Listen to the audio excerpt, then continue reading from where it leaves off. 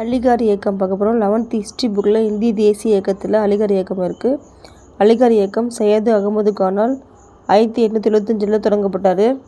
இது எதுக்காக ஸ்டார்ட் பண்ணாருன்னா, மேற்கத்திய அறிவியல் கல்விக்கும் குரானோட போதனைக்கும் இடையில ஒற்றுமையை ஏற்படுத்துறதுக்காக விரும்பினார். அவருடைய சமூக கருத்துக்களை அவருடைய பத்திரிகையான தகீபுல் அக்லுக்கு அது மூலம் பரப்புனார். சமூக கருத்துக்களை பரப்புனார். அலிகார் இயக்கத்தின் கொள்கை என்னென்னா, முஸ்லீம்கள் இஸ்லாமியில் கொண்டிருக்கும் அந்த பற்றை ஸ்ட்ராங் பண்ணாமல் நவீன கல்வியை பரப்பணும். அது ஃபஸ்ட்டு நவீன கல்வியை பரப்பணும். பல்தா முறை, பலதார மனம், கைம்பெண் மறுமணம், விவகாரத்து போன்றவற்றோடு தொடர்புடைய சமய சித்தங்களை மேற்கொள்ளணும். அதுதான் அவருடைய கொள்கையாக இருந்துச்சு. அலிகார் இயக்கத்தின் முக்கிய நோக்கம் பார்த்திங்கன்னா, அதான் மேலை கல்வியின் மூலம் முஸ்லீம்களோட நலனை பாதுகாக்கணும், மேம்படுத்தணும். சையது அகமது கான் ஸ்டார்டிங்கில் கல்வி திட்டம் ஆங்கில வழி கல்வி ஃபாலோ பண்ணார்.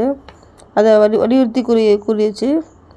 நெக்ஸ்ட்டு இயற்பியல் அறிவியல் நூல்களை உருது மொழியில் மொழியாக்கம் செய்தார். நெக்ஸ்ட்டு இருமொழி பத்திரிகை மூலம் ஒன்றை நடத்தினார். அதன் மூலம் இருமொழி பத்திரிகை மூலம் அவர் மேற்கத்திய அறிவியல் அறிமுகம் பண்ணார்.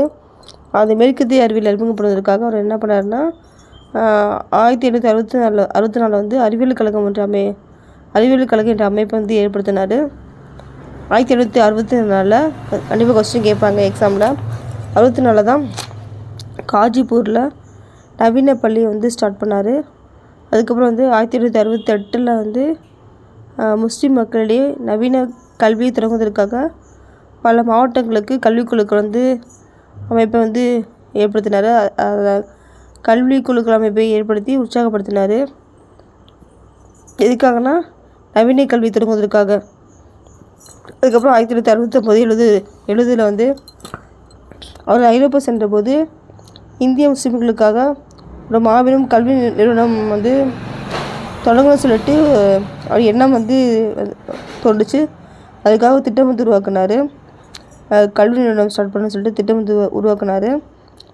முஸ்லீம்களிடையே ஆங்கில கல்வியை பரப்புவதற்காக ஃபஸ்ட்டு 1875 அலிகாரில் நவீன முகமதிய பள்ளி ஸ்டார்ட் பண்ணார் 75. அதுக்கப்புறம் 1977 அது முகமதியன் ஆங்கிலோ ஓரியண்டல் கல்லூரியாக வளர்ச்சி பெற்றது. அதுக்கப்புறம் இது மறைவுக்கு அப்புறம் இந்த கல்லூரி பல்கலைக்கழகமாக மாறியது. இது இதுதான் இந்த யூனிவர்சிட்டி தான் முஸ்லீம் அரசியல் தலைவர்களையும் அறிவுஜீவிகளையும் உருவாக்கும் ஒரு மையமாக இருந்துச்சு.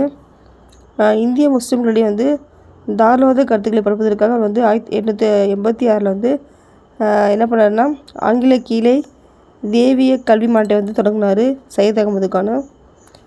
சமய சட்டங்களை கண்மூடித்தனமாக மக்கள் பின்பற்றினாங்க. சமய சட்டங்களை அதை எதிர்த்தார்.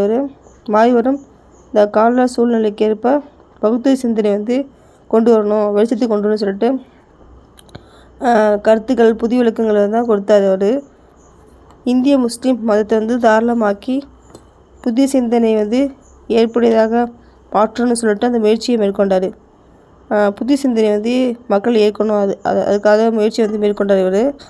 நெக்ஸ்ட் பார்த்திங்கன்னா, முக்கியமான பாயிண்ட்டு என்னென்னா, அலிகார் இயக்கம் நோக்கம் பார்த்தோமா, ஆங்கில ஆட்சியை ஆதரித்தால் இஸ்லாம் மக்களிடையே இஸ்லாம் மக்கள் சமய உணர்வு ஏற்படும் சொல்லிட்டு அதுதான் முக்கிய நோக்கமாக